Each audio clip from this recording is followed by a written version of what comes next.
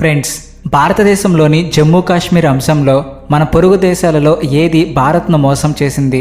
ఇరాన్కు సంబంధించిన యుద్ధ పరిస్థితుల కారణంగా భారత్ ఎలాంటి దౌత్యపరమైన సవాళ్లు లేదా వైఫల్యాలను ఎదుర్కోవాల్సి రావచ్చు? అలాగే జపాన్ నుండి ప్రస్తుతం వస్తున్న శుభవార్త ఏమిటి? సో ఇవి కాకుండా ఇంకా చాలా ముఖ్యమైన అప్డేట్లు ఉన్నాయి. ఇవి మీకు మెయిన్ స్ట్రీమ్ న్యూస్ ఛానల్స్లో ఒకే చోట కనిపించవు. అందుకే ఈ వీడియోను చివరి వరకు తప్పకుండా చూడండి.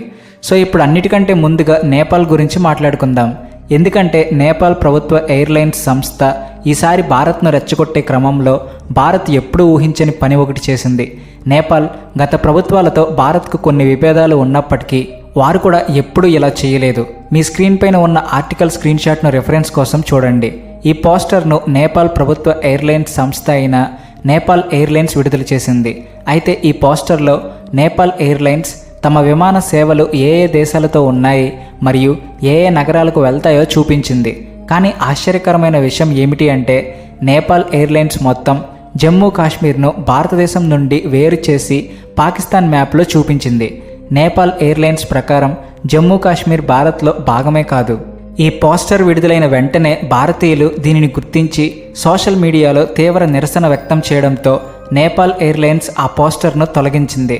అయితే నేపాల్లోని బాలెన్ షా ప్రభుత్వం భారత్తో సంబంధాలు దెబ్బతినేలా ఇలాంటి అడుగు వేయడం ఇదే మొదటిసారి కాదు. ఎందుకంటే అంతకుముందు బాలెన్ షా ప్రభుత్వం భారత్ నుండి వచ్చే అన్ని వస్తువులపై ఎక్సైజ్ డ్యూటీని ప్రకటించింది. చివరికి భారత్ నుండి పండ్లు కూరగాయలు తెచ్చే సామాన్య ప్రజలు కూడా ఎక్సైజ్ డ్యూటీ కట్టాలని ఆదేశించింది. సో వీటన్నిటినీ చూసిన తర్వాత నేపాల్ కొత్త ప్రధానమంత్రి బాలెన్ షా భారత్తో ఎలాంటి సంబంధాలు కోరుకుంటున్నారో ఆయన నిర్ణయాల ద్వారా స్పష్టంగా అర్థమవుతుంది. కానీ వాస్తవం ఏమిటి అంటే భారత్ నేపాల్ కోసం ఎంత చేసిందో బహుశా మనం మరే ఇతర దేశం కోసం కూడా అంత చేసి ఉండము. నేపాల్ లక్షలాది మంది ప్రజలు ఇక్కడ నుండి బిజినెస్ చేసి ఏటా వేల కోట్లు నేపాల్కు తీసుకెళ్తున్నారు. ఫ్రెండ్స్, మనందరికీ తెలుసు నేపాల్ అనేది ఒక ల్యాండ్ లాక్డ్ కంట్రీ అని. అందుకే నేపాల్ ఎగుమతిదారులు సులభంగా తమ సరుకును ఎగుమతి చేసి ఇతర దేశాలకు అమ్ముకోవడానికి భారత్ నేపాల్కు తన పోర్ట్స్ యొక్క ఉచిత మరియు ఓపెన్ యాక్సెస్ని ఇచ్చింది. పెట్రోల్, డీజిల్, ఎల్పిజి, ఎల్ఎన్జి మొదలైన నేపాల్ యొక్క అన్ని ఇంధన అవసరాలను కూడా భారత్ మాత్రమే పూర్తి చేస్తుంది. ఇదే కాకుండా నేపాల్ యొక్క లక్షలాది విద్యార్థులు ప్రతి సంవత్సరం స్కాలర్షిప్స్పై భారత్కు వచ్చి ఇక్కడ స్టడీ చేస్తున్నారు. Bharat hydro electric power projects నిర్మించి నేపాల్కు విద్యుత్ ఉత్పత్తిలో ఇండిపెండెంట్ కావడానికి సహాయపడింది. ఇక మిగిలిన హెల్త్ కేర్ నుండి ఎడ్యుకేషన్ వరకు ప్రకృతి వైపరీత్యాల సమయంలో disaster relief, financial support, grants మరియు ఇంకెన్ని బిలియన్ డాలర్లు ఇప్పటి వరకు భారత్ నేపాల్ ప్రభుత్వానికి ఇచ్చి ఉంటుందో మరియు ప్రతి సంవత్సరం మనం ఇస్తూనే ఉంటాము. కానీ బదులుగా భారత్కు ఇది చూడాల్సి వస్తుంది అని ఊహించలేదు. ఇప్పుడు నేరుగా జమ్మూ కాశ్మీర్ పైననే ప్రశ్నలు లేవనెత్తడం జరుగుతుంది. వరుసగా నేపాల్లో ఇటువంటి ప్రభుత్వాలు వస్తున్నాయి. ఇవి భారత్తో కోఆపరేట్ చేయడానికి బదులుగా భారత్కే కళ్ళు చూపించే ప్రయత్నం చేస్తున్నాయి. భారత్ను ట్రిగ్గర్ చేయడానికి మరియు మనల్ని ఉసుగొల్పే పనులు చేస్తున్నాయి. దీనిపై భారత ప్రభుత్వం నేపాల్తో కఠినంగా వ్యవహరిస్తుందని నేను ఆశిస్తున్నాను. సో ఇప్పుడు నెక్స్ట్ అప్డేట్ భారత్లో జరగబోయే బ్రిక్స్ ఫారిన్ మినిస్టర్స్ మీటింగ్ గురించి వస్తుంది. రెఫరెన్స్ కోసం మీ స్క్రీన్ పైన ఆర్టికల్ స్క్రీన్ షాట్ ఉంది. ఫ్రెండ్స్, మే 14వ తేదీన భారత్లో బ్రిక్స్ దేశాల విదేశాంగ మంత్రుల మీటింగ్ ఏదైతే జరగాల్సి ఉందో దాని గురించి రష్యా ప్రభుత్వం ఒక అనౌన్స్మెంట్ చేసింది. వారి విదేశాంగ మంత్రి సెర్గీ లావ్రోవ్ భారత్కు వస్తారని. వెస్ట్ ఏషియా కాన్ఫ్లిక్ట్ మధ్య ఈ మీటింగ్ మరింత ఇంపార్టెంట్ అయిపోతుందని రష్యా చెప్పింది.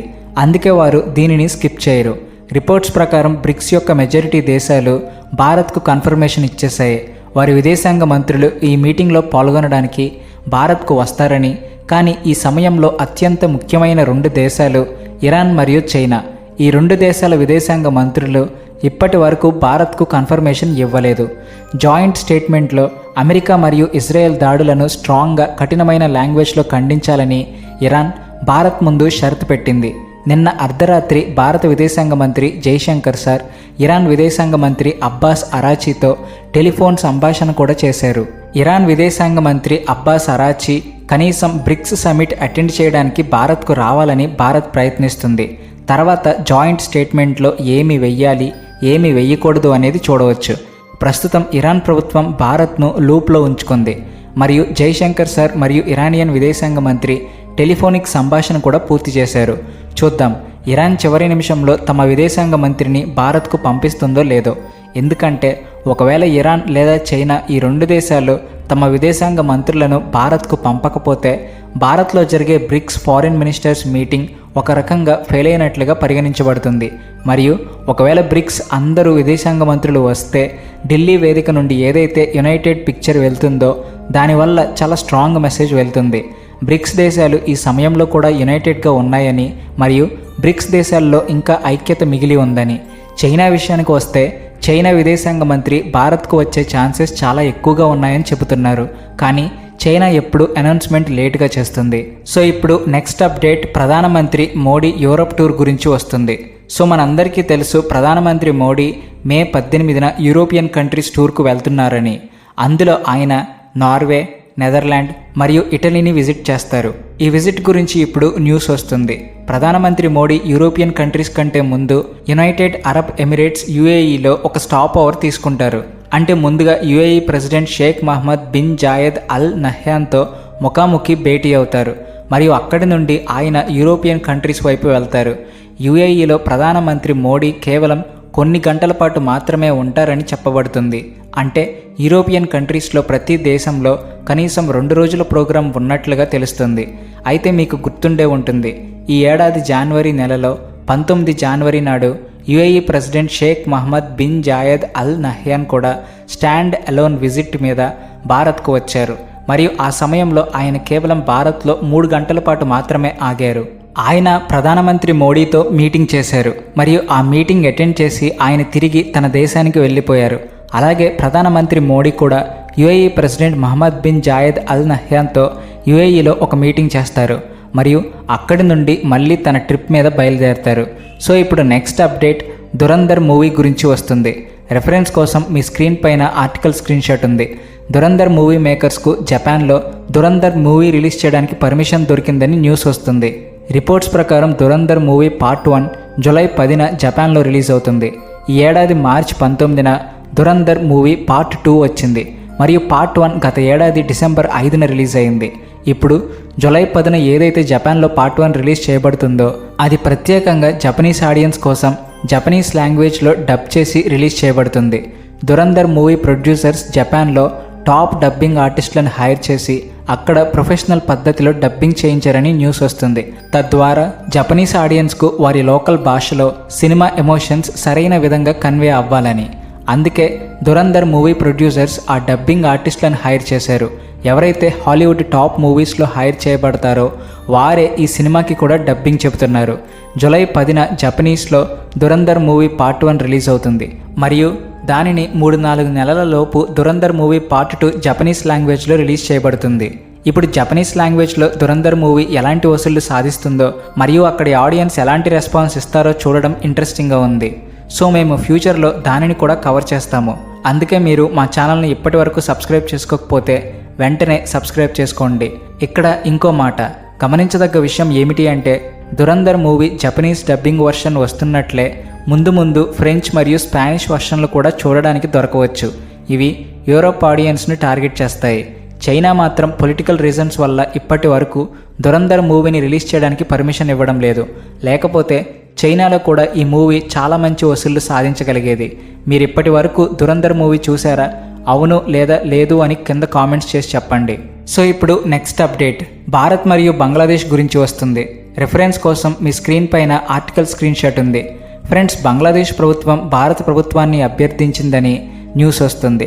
భారత్ బంగ్లాదేశ్ ప్రజల కోసం తన ఫుల్ వీసా సర్వీసెస్ను స్టార్ట్ చేయాలని కోరుకుంటుంది. నిజానికి బంగ్లాదేశ్లో ప్రభుత్వం మారినప్పుడు మరియు ఇండియన్ ఎంబసీ పైన దాడుల ప్రయత్నాల తర్వాత భారత ప్రభుత్వం బంగ్లాదేశ్లో అన్ని రకాల వీసా సర్వీసెస్ను ఆ సమయంలో బంద్ చేసింది. కానీ తర్వాత విషయాలు నార్మల్ అయినప్పుడు భారత్ బంగ్లాదేశ్ కోసం కేవలం కొన్ని రకాల వీసాలు అంటే కొన్ని కేటగిరీల వీసాలు తిరిగి స్టార్ట్ చేసింది. భారత ప్రభుత్వం ఈ రోజున బంగ్లాదేశ్ ప్రజలకు కేవలం ఎమర్జెన్సీ మెడికల్ వీసాలు, లిమిటెడ్ నెంబర్లో స్టూడెంట్ వీసాలు మరియు ట్రాన్సిట్ వీసాలు మాత్రమే ఇష్యూ చేస్తుంది. అత్యంత ముఖ్యమైన రకానికి చెందిన వీసాలు అంటే టూరిస్ట్ వీసా, విజిటర్ వీసా మరియు బిజినెస్ వీసా. ఇవన్నీ భారత్ ఇప్పటికీ బంగ్లాదేశ్ ప్రజలకు ఇష్యూ చేయడం లేదు. ఇటువంటి పరిస్థితుల్లో బంగ్లాదేశ్ ఫారిన్ మినిస్టర్ ఖలీల్ ఉర్ రెహమాన్ ఏమన్నారంటే, భారత్ బంగ్లాదేశ్తో ఉన్న చారిత్రక సంబంధాలను దృష్టిలో ఉంచుకొని వీసా సర్వీసెస్ను నార్మలైజ్ చేయాలి, ఫుల్ వీసా సర్వీస్ మళ్ళీ స్టార్ట్ చేయాలి అని రిక్వెస్ట్ చేస్తున్నారు. ఇదే కాకుండా బంగ్లాదేశీ ఫారిన్ మినిస్టర్ ఇంకా మాట్లాడుతూ, మేము ప్రభుత్వం ఏర్పడిన వెంటనే అంటే తారిక్ రెహమాన్ ప్రైమ్ మినిస్టర్ అయిన తర్వాతే ఫిబ్రవరి నెలలో భారత్ ప్రజల కోసం ఫుల్ వీసా సర్వీస్ స్టార్ట్ చేస్తాము. అందుకే ఇప్పుడు భారత్ కూడా పాజిటివ్ పద్ధతిలో రెస్పాన్స్ చూపించాలని మరియు బంగ్లాదేశ్ ప్రజల కోసం ఫుల్ వీసా సర్వీస్ను స్టార్ట్ చేయాలని కోరారు. తద్వారా భారత్లో పనులు ఉన్న బంగ్లాదేశ్ ప్రజలు సులభంగా వెళ్ళగలరు. ఇప్పుడు భారత్ ప్రభుత్వం బంగ్లాదేశ్ లోపల ఫుల్ వీసా సర్వీసెస్ను ఎప్పుడు స్టార్ట్ చేస్తుందో చూడడం ఇంట్రెస్టింగ్గా ఉంటుంది. సో ఇప్పుడు చివరి అప్డేట్ గురించి మాట్లాడుకుంటే ఫ్రెండ్స్, ఆర్బీఐ మరియు ఆర్థిక మంత్రిత్వ శాఖ లెక్కల ప్రకారం భారతీయ బ్యాంకుల్లో 72,000 కోట్లు క్లెయిమ్ చేయని సొమ్ము ఉంది. అంటే 10 ఏళ్లుగా ఎటువంటి లావాదేవీలు జరగని అకౌంట్ల నుండి ఈ సొమ్మును ఆర్బీఐకి బదిలీ చేస్తారు. అంతేకాకుండా ఈ డబ్బును ప్రజల ఆర్థిక అవగాహన కోసం depositor education and awareness fund ద్వారా ఆర్బీఐ ఉపయోగిస్తుంది. అయితే సరైన ఆధారాలతో ఎవరైనా వస్తే ఈ డబ్బును తిరిగి ఇచ్చే అవకాశం కూడా ఉంటుంది. సో ఫ్రెండ్స్, మీరు ఇప్పటి వరకు ఈ వీడియోని చూస్తున్నారంటే మీకు మా కంటెంట్ నచ్చిందని అర్థం. అయితే మేము మా ఛానల్ నెక్స్ట్ లెవెల్కి తీసుకెళ్లాలని, టీంను పెంచి ఇంకా ప్రొఫెషనల్ వీడియోలు చేయాలని అనుకుంటున్నాము. ఇంటర్నేషనల్ థింక్ ట్యాంక్స్ నివేదికలు, జియోపొలిటికల్ అనాలిసిస్ను మరింత లోతుగా మీకు అందించడానికి మాకు మీ మద్దతు అవసరం. కాబట్టి వెంటనే ఛానల్ని సబ్స్క్రైబ్ చేసుకొని మీ మద్దతుని మాతో పంచుకోండి. మళ్ళీ నెక్స్ట్ వీడియోలో కలుద్దాం. అప్పటి వరకు జై Hind. Please like and share and also thanks for watching.